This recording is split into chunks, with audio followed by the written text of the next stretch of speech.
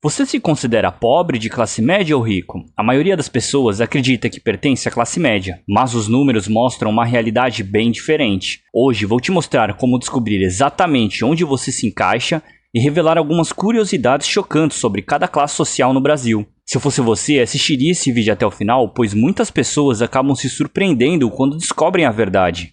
A divisão das classes sociais pode variar com quem faz a análise. No Brasil, a mais utilizada é baseada na renda familiar. O critério mais comum é do IBGE, que segmenta a população em diferentes classes. Classe baixa, D e E, que são famílias com renda mensal de até R$ 2.924. Classe média C, que são famílias com renda entre R$ 2.924 até R$ 10.700. E a classe alta, A e B, que são famílias com renda acima de R$ 10.700. Esses valores mencionados são de renda bruta familiar per capita, ou seja, antes de descontos como INSS e impostos. Eles consideram a soma de todas as rendas da família dividida pelo número de moradores, incluindo salários, aposentadorias, benefícios sociais como Bolsa Família e outras fontes de rendas declaradas. Portanto, uma família com 4 pessoas vivendo com R$ 12.000 mensais pode estar na classe média, enquanto um indivíduo ganhando o mesmo valor pode ser considerado de classe alta. Mas e o que caracteriza cada classe? No Brasil, a maioria das pessoas estão na classe baixa, D e E. Segundo os dados do IBGE, aproximadamente 55% dos brasileiros vivem com até 2 salários mínimos por mês. As principais características: maior dependência de serviços públicos como saúde e educação, alta taxa de informalidade no trabalho, maior vulnerabilidade econômica e acesso limitado ao crédito. Algumas curiosidades sobre essa classe: cerca de 20% da população brasileira vive com menos de R$ 500 por mês por pessoa. A fome ainda afeta 33 milhões de brasileiros que estão em situação de insegurança alimentar grave. No Nordeste, 60% da população está na classe baixa, enquanto no Sul esse número é de 35%.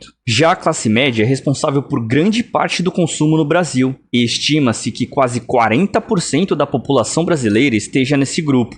As principais características dessa classe: empregos formais e melhores níveis educacionais, acesso maior ao crédito como cartões, financiamentos e parcelamentos, consumo elevado mas com pouca segurança financeira, busca por lazer, educação privada e melhores condições de vida e um maior endividamento. Muitas famílias estão presas em financiamentos longos. Curiosidades sobre essa classe: o endividamento da classe média aumentou cerca de 60% na última década. Em cidades como São Paulo e Rio de Janeiro, a renda necessária para ser considerado classe média é maior que a média nacional. Aproximadamente 70% da classe média tem algum tipo de dívida bancária. Agora chegamos na classe alta, A e B, que representa uma minoria da população, mas detém grande parte da riqueza do país. As principais características: um alto nível educacional e presença em cargos de liderança. Grande parte da renda vem de investimentos, empresas e patrimônio. Menor dependência de crédito, pois há maior liquidez financeira. Um maior consumo de bens de luxo e experiências exclusivas. Algumas curiosidades: apenas 1% da população brasileira ganha mais de R$ 50 mil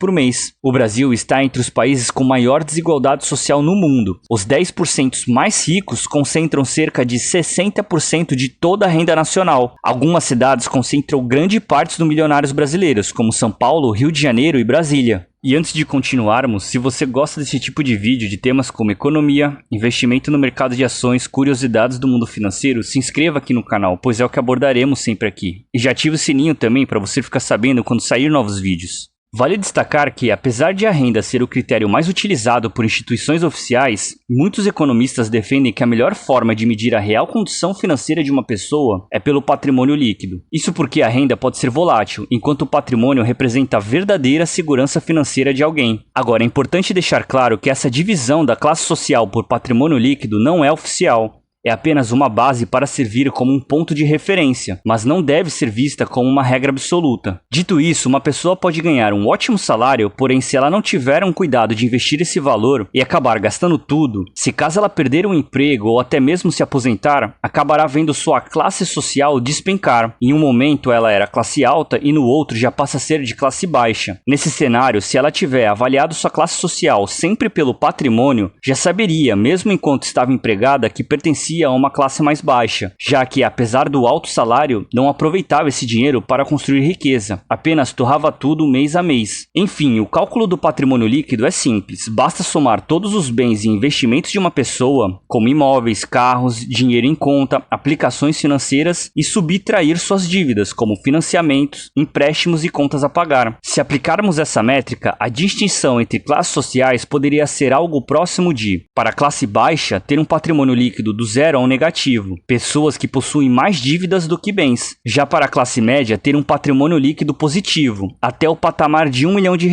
geralmente composto por um imóvel próprio ou alguma reserva financeira. Para a classe alta, ter um patrimônio acima de R$1 milhão, podendo incluir investimentos significativos, imóveis de alto valor e empresas próprias. Portanto, uma pessoa pode ter uma alta renda e mesmo assim estar financeiramente vulnerável, caso gaste tudo o que ganha e não construa um patrimônio. Por outro lado, outra pessoa com uma renda mais modesta, mas que acumula investimentos ao longo do tempo, pode alcançar a maior estabilidade financeira ao longo dos anos. Agora, falando sobre a transição entre classes sociais, é possível sim que uma pessoa pertença a uma classe pobre e consiga migrar para a classe média, mas definitivamente não é fácil. Segundo estudos, um brasileiro de família pobre pode levar até 9 gerações para atingir a renda de classe média alta, e existem alguns fatores que ajudam essa ascensão social, como educação de qualidade, empreendedorismo e investimentos, estabilidade econômica do país e políticas públicas de inclusão econômica. Por outro lado, outros fatores acabam dificultando, como a alta carga tributária sobre consumos e baixos salários, as diferenças de acesso à educação de qualidade, instabilidade econômica e desemprego, e a desigualdade social no Brasil. É triste dizer, mas o Brasil é um dos países mais desiguais do mundo. De acordo com o Banco Mundial, um trabalhador de classe baixa no Brasil precisaria economizar todo o seu salário por 19 anos seguidos para juntar o mesmo valor que um milionário ganha apenas um mês. A diferença dos ganhos é colossal. Geograficamente falando, no norte e no nordeste o percentual de pessoas de classe baixa é muito maior. Já no sul e sudeste, há mais pessoas de classe média e alta. Isso está ligado com oportunidades econômicas, educacionais e infraestrutura.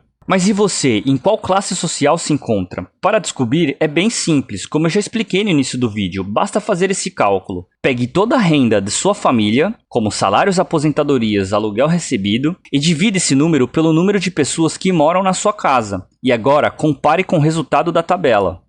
Bom, agora você já sabe como as classes sociais são classificadas no Brasil e onde você realmente se encaixa. Fica claro o impacto que a renda tem na família das pessoas. Mais que um simples rótulo, estar na classe baixa, média ou alta influencia diretamente as oportunidades que você tem, o acesso a serviços como saúde e educação e até mesmo a segurança financeira no dia a dia. Mas embora a desigualdade no Brasil seja grande, é possível mudar de classe social ao longo da sua vida. O acesso à educação de qualidade, um bom planejamento financeiro e investimentos inteligentes podem fazer uma grande diferença na construção do patrimônio e no aumento da renda familiar. No entanto, essa mudança não acontece da noite para o dia. Muitas vezes depende de vários fatores, como a economia do país e políticas públicas. Outro ponto importante é que a classe média, que representa uma parte significativa da população, enfrenta um grande desafio: o alto custo de vida e o endividamento. Muitas famílias que pertencem a essa faixa acabam vivendo no limite, sem uma reserva de emergência e dependendo do crédito para manter o padrão de vida. Isso torna ainda mais essencial a busca por conhecimento financeiro e um planejamento a longo prazo. E se tem um fator que afeta todas as classes sociais, sem exceção, é a inflação. O aumento dos preços corrói o poder de compra e impacta desde os mais pobres, que lutam para comprar o básico, até a classe média, que vê seu dinheiro valer menos com o tempo. Para entender melhor como isso acontece e principalmente como proteger o seu patrimônio contra a inflação, confira o nosso vídeo